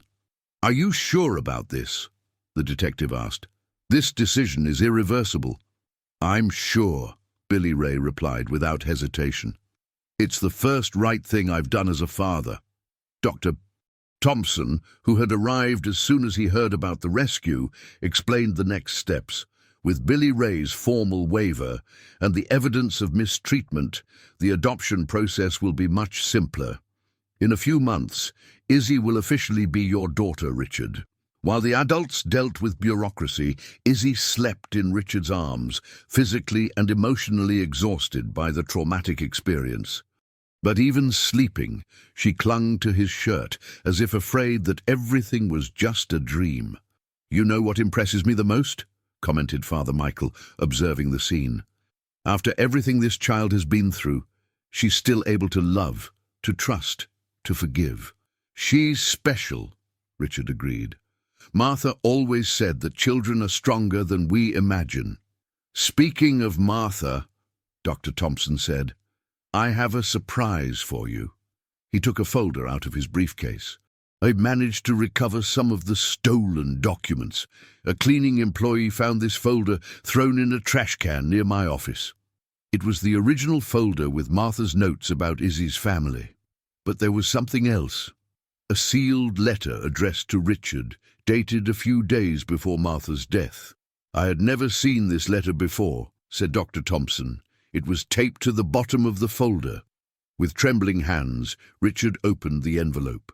Martha's delicate handwriting danced across the pages, telling about her plans to talk to him about adoption, about her special concern for a girl named Izzy, and about her feeling that this child would be important in their lives. The last sentence of the letter made Richard cry openly. "My love, if something happens to me before we can talk about this, promise me that you won't let fear or pain stop you from opening your heart to a child who needs a father. Our daughter is somewhere waiting for us." "She knew," Richard whispered. "Somehow Martha knew about Izzy." 2 weeks later, Billy Ray left Harmony Creek for a rehabilitation clinic in Charleston, funded by the sale of some assets he still owned. Before leaving, he made a farewell visit to Sterling Manor. Izzy, who had recovered remarkably well from the trauma of the kidnapping thanks to the constant love and care of Richard and Aunt Evelyn, talked to him in the garden. "Is Daddy Billy Ray going to get better?" "I'm going to try very hard," he promised, "and I'm going to think of you every day to give me strength." "I'm going to draw birds for you," she said, offering a sheet of paper with a colorful drawing. So you remember that birds can fly away, but they can also come back. Billy Ray took the drawing with tears in his eyes. Thank you, honey. Daddy will never forget you. When Billy Ray left, Izzy waved from the gate until the car disappeared around the corner. Then she ran to Richard, who picked her up in his arms. Richard, she said, now I have two daddies? Yes, you do. A daddy who gave you life, and another daddy who chose to love you. And which one is better? Richard smiled, kissing the girl's forehead. They're both important in their own way. But what matters is that now you have a family that loves you very much. Forever, forever and a day more. That night, as he put Izzy to sleep in her room, which had been redecorated with colourful bird themes at her request, Richard reflected on the last few months. He had lost a wife and gained a daughter. He had faced his deepest fears and discovered a strength he didn't know he possessed. He had seen the worst and the best of human nature, sometimes in the same person. "Good night, Daddy," Izzy said sleepily, hugging her new doll. "Good night, my princess." "Daddy?" "Yes?" "Thank you for not giving up on me." The girl's words echoed in Richard's heart as he walked downstairs. Downstairs, Aunt Evelyn was organizing family photos in a new album. Photos of Izzy playing in the garden, learning to read, celebrating her 5th birthday, which had passed the previous week. "You know," said Aunt Evelyn, "I never had children of my own. But taking care of Izzy taught me that family isn't just about blood. It's about choice," Richard completed, "about deciding to love someone unconditionally." "Exactly. And about giving a child what every child deserves: security, love, and the chance to dream." Outside, the nightbirds sang in the trees of the garden, as if celebrating the peace that had finally come to that house. And in her room, Izzy slept peacefully, dreaming of colourful birds flying free through the blue sky, knowing that they would always have a safe nest to return to. 6 months after Izzy's rescue, life at Sterling Manor had found a rhythm of happiness that none of the residents had experienced before. The girl, now fully 5 years old, had not only fully recovered from the trauma of the kidnapping, but had flourished in ways that surprised everyone around her. "Daddy Richard, look!" Izzy shouted on a sunny spring morning, running through the garden with a book in her hands. "I managed to read the whole story by myself." Richard, who was having coffee on the porch watching his daughter play, smiled with paternal pride. "Come here and tell me what it's about." Izzy ran up the steps of the porch and settled in Richard's lap, opening the book with exaggerated care. "It's about a girl who lived in a forest and took care of all the wounded animals until they got better. And did you like the story?" "I liked it a lot. Because she was like you and Aunt Evelyn. She took care of those who needed it." The comparison touched Richard deeply. Izzy had developed a keen perception of goodness and compassion, values that she naturally absorbed from the loving environment in which she now lived. "You know, sweetheart," Richard said, stroking Izzy's golden hair that now shone healthy under the morning sun, "today is a very special day." "Why?" "Because today we're going to the courthouse to formalize our adoption. After today, you will officially be Izzy Sterling." Izzy's eyes widened. "I'm going to have your last name?" "Yes, you are. And I'm going to officially be your daddy." "But you're already my daddy," she said with the simple logic of children. "Since the first day you brought me home."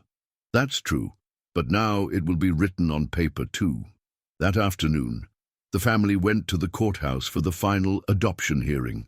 Dr. Thompson had meticulously prepared all the documents, and the process, facilitated by Billy Ray's formal waiver and the evidence of mistreatment, went smoothly. "Mr. Richard Sterling," said the judge, a middle-aged woman with a kind expression, "do you understand that from today you assume all the rights and responsibilities of Izzy's legal father?" "I understand and accept with all my heart," Richard replied solemnly. "And you, Izzy," the judge addressed the girl who was sitting in a high chair to reach the table, "do you understand that Mr. Richard will be your daddy forever?" "Yes, ma'am, I do, Judge. And I'm going to be a very good daughter to him." "I'm sure you will." When the sentence was pronounced and the papers signed, Izzy officially became Izzy Sterling. Richard picked her up in his arms, both crying with happiness, while Aunt Evelyn recorded the historic moment with photos. "Now we're a real family," Izzy whispered in Richard's ear. "We always have been," he replied. "Now it's just official." The celebration continued at home, where Father Michael had prepared a small blessing ceremony for the new family. Rosemary, who had asked for forgiveness for her previous behavior and embraced Izzy as a niece of the heart, was present with a special cake that she had ordered. "Richard," said Rosemary during the celebration, "I apologize again for doubting you. Izzy brought a light to our family that I didn't even know was missing. You don't need to apologize anymore, Rosemary. The important thing is that we're all together now." During the party, an unexpected surprise arrived. A mailman delivered a letter addressed to Izzy, the first official correspondence she had received with her new name. "Can I open it, Daddy?" "Of course, it's yours." With Richard's help, Izzy opened the envelope and found a letter written in big letters and a photo. It was from Billy Ray from the rehabilitation clinic. "My dear daughter Izzy," Richard read aloud, "Daddy Billy Ray is getting better every day. The doctors say I'm learning to deal with my sadness without using bad medicine. I think of you every day and the beautiful drawing you gave me. One day, when I'm completely healed, I would like to visit you, if you and Daddy Richard allow it. Until then, be very happy with your new family. With love, Daddy Billy Ray." The photo showed Billy Ray visibly healthier, with his hair cut and a genuine smile on his face. He held the bird drawing that Izzy had made for him. "He really is better," Izzy observed. "Can I write a letter to him?" "Of course you can. Let's write it together." That night, after all the guests had left and Izzy had fallen asleep in her new bed with sheets that had Izzy Sterling written in delicate embroidery, Richard and Aunt Evelyn sat on the porch to reflect on the journey they had taken. "Can you believe it's only been 8 months since it all started?" asked Aunt Evelyn. "Sometimes it feels like a lifetime, sometimes it feels like it was yesterday," Richard replied. "But you know what impresses me the most?" "What?" "How Izzy transformed not only my life, but the lives of everyone around her. Even Billy Ray found the strength to treat himself because of her." "Children have that power," agreed Aunt Evelyn. "They remind us of what really matters." "Evelyn," Richard said suddenly, "I want to make you a proposal." "What kind of proposal?" "I want you to officially be part of this family. Not just as a housekeeper, but as a second mother to Izzy, and as my partner on this journey." Evelyn was silent for a moment, processing what Richard was suggesting. "Are you asking me to marry you?" "I'm asking you to be my partner in life and in raising Izzy. If that includes marriage, great. If not, that's fine too. The important thing is that we be a complete family." "Richard," Evelyn said softly, "since the first day Izzy arrived here, I knew I had found my place in the world." "Of course, I accept." They hugged on the porch, under the stars that shone over Harmony Creek, while inside the house, Izzy slept peacefully, dreaming of colorful birds and happy families. 3 months later, Richard and Evelyn were married in a simple ceremony in the church, where Father Michael had baptized Izzy in a second symbolic ceremony, formalizing her entry into the community as Izzy Sterling. "Now I have a daddy and a mommy," declared Izzy during the party, using the term mommy for the first time to refer to Aunt Evelyn. "I'm the luckiest girl in the world." The statement made everyone present emotional, especially Evelyn, who had found in adoptive motherhood the realization of a dream she thought was lost. A year had passed since the official adoption, and the life of the Sterling family had settled into a routine of everyday happiness. Izzy, now 6 years old, attended the local school where she was one of the most beloved and brilliant students. "Teacher Margaret said that I'm the best in the class in reading," Izzy said during dinner on a cozy winter night, "and that my bird drawings are the most beautiful she has ever seen." "And we're very proud of you," said Richard. "But you know what makes us most proud?" "What?" The fact that you are a kind and caring girl to everyone around you. It's because you taught me that love is the most important thing in the world. It was at this time that a special letter arrived. Billy Ray had completed his treatment at the rehabilitation clinic and asked for permission to visit Izzy. After much dialogue between Richard, Evelyn, and the child psychologist who accompanied Izzy, they decided to allow the supervised visit. The meeting took place in the garden of the mansion on a sunny Saturday afternoon. Billy Ray arrived accompanied by a social worker and was unrecognizable. Clean, sober, in appropriate clothes, and with a nervous but genuine smile. "Hi, Izzy," he said timidly. "You've grown so much." "Hi, Daddy Billy Ray," she replied, maintaining a respectful distance but without showing fear. "You look nice. You look different." "I really am different. I'm healed from the disease that made me be bad." "That's good. Do you want to see my birds?" Izzy led him to see the birdhouse that Richard had built in the garden, where several species came to feed daily. As they watched the birds together, Billy Ray talked about his treatment and how he thought of her every day. "You know, Izzy, I learned that being a father isn't just about giving a child a name. It's about caring, protecting, loving every day." "That's true," agreed Izzy. "Daddy Richard and Mommy Evelyn do that, and that's why I know you're with the right people. I was never a good father to you, but they are. You can learn to be a good father too," said Izzy with the simple wisdom of children. "Just like I learned to read." The conversation touched Billy Ray deeply, who cried tears of gratitude for his daughter's generosity. The visit lasted 2 hours and went positively. When it was time for Billy Ray to leave, Izzy gave him another drawing, this time 2 houses side by side, with birds flying between them. "This drawing means you can always visit me," she explained, "but my real home is here." "I understand perfectly," said Billy Ray, "and I agree completely." After that visit, regular visits from Billy Ray were established. Once a month, always supervised, always respecting the boundaries established by Richard and Evelyn. Gradually, Billy Ray developed a healthy relationship with Izzy, not as a primary father, but as a secondary paternal figure who loved her from a distance. 2 years had passed since the adoption, and Izzy had become a confident, caring, and extraordinarily mature 8-year-old girl. On a special afternoon, she made an unusual request to Richard. "Daddy, can I see where Grandma Martha is buried?" The question caught Richard off guard.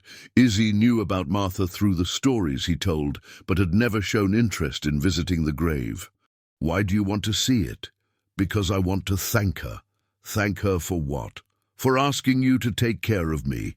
Aunt Evelyn told me that Grandma Martha wrote that letter about finding a child to love." At the Harmony Creek Cemetery, on a golden autumn afternoon, Richard took Izzy to Martha's grave. The simple but elegant tombstone bore an inscription, "Martha Sterling, loved unconditionally and planted seeds of hope." Izzy knelt before the tomb and placed a drawing she had made especially for the occasion, a woman with angel wings surrounded by colorful birds. "Hi, Grandma Martha," she said naturally, as if she were talking to someone present. "My name is Izzy Sterling. I'm your granddaughter of the heart." Richard felt tears in his eyes as he heard his daughter's spontaneous presentation. "I want to thank you for asking Daddy Richard to find me. He saved me from a very sad life and gave me a very happy family. And I want to say that I'm taking good care of him, just like you would ask if you were here." Izzy paused as if she were listening to an answer, then continued. "Daddy said that you and my mommy Lucy are friends in heaven now. Can you tell her that I'm okay, and that I have 2 daddies who love me? Daddy Billy Ray, who is learning to be good, and Daddy Richard, who chose me to be his daughter." The simplicity and depth of Izzy's words deeply moved Richard. Here was a child who had transformed trauma into wisdom, pain into compassion. "Grandma Martha," Izzy concluded, "I promise I will always remember that family is made of love, not just blood." And I will take care of Daddy Richard and Mommy Evelyn just like they take care of me." When they left the cemetery, Izzy held Richard's hand with a tranquility she had not shown before. "Daddy, can I tell you a secret?" "Of course." "When I was talking to Grandma Martha, I felt like she was smiling at me, like she was happy that I had found you." "I'm sure she's happy," Richard agreed. "Very happy." That night, as he put Izzy to sleep, Richard reflected on the extraordinary journey they had taken together. From a chance encounter in a dusty town square to a solid and loving family, everything had been possible thanks to unconditional love and the courage to fight for what was right. "Daddy," Izzy said sleepily, "do you think I'll have siblings one day?" The question surprised Richard. "Why are you asking that?" "Because it would be nice to have someone to take care of, just like you and Mommy Evelyn take care of me." "Who knows?" Richard replied, smiling. "The future may bring us many good surprises. If it does, I'm going to teach him or her that family is where we feel safe and loved. And you would be a wonderful older sister. I would be, just like you are, a wonderful father." Richard kissed Izzy's forehead and turned off the light in the room, but stayed for a few moments watching his daughter fall asleep. In the dark, he thought of Martha and how proud she would be to see the family he had built. Outside, in the moonlit garden, the birds that Izzy loved so much slept safely in their little houses, just as she slept safely in her house. And for the first time in many years, Richard Sterling felt completely fulfilled. Not just as a successful businessman, but as a father, husband, and human being. The little Izzy, who had once been an abandoned and mistreated child, was now the center of a loving family that had chosen and fought for her. And in that mutual choice, of Richard for Izzy and of Izzy for Richard, both had found the cure for wounds they thought were eternal. The story that had begun with suffering and despair ended with love, hope, and the promise of a bright future for a family that had been formed not by chance, but by choice, courage, and unconditional love.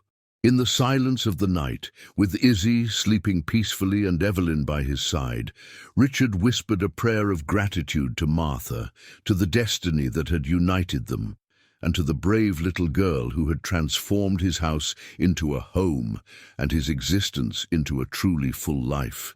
If you like this wonderful story, please comment. Your opinion is very important. And if you love beautiful stories, subscribe to my channel. I promise to make your day better with my videos.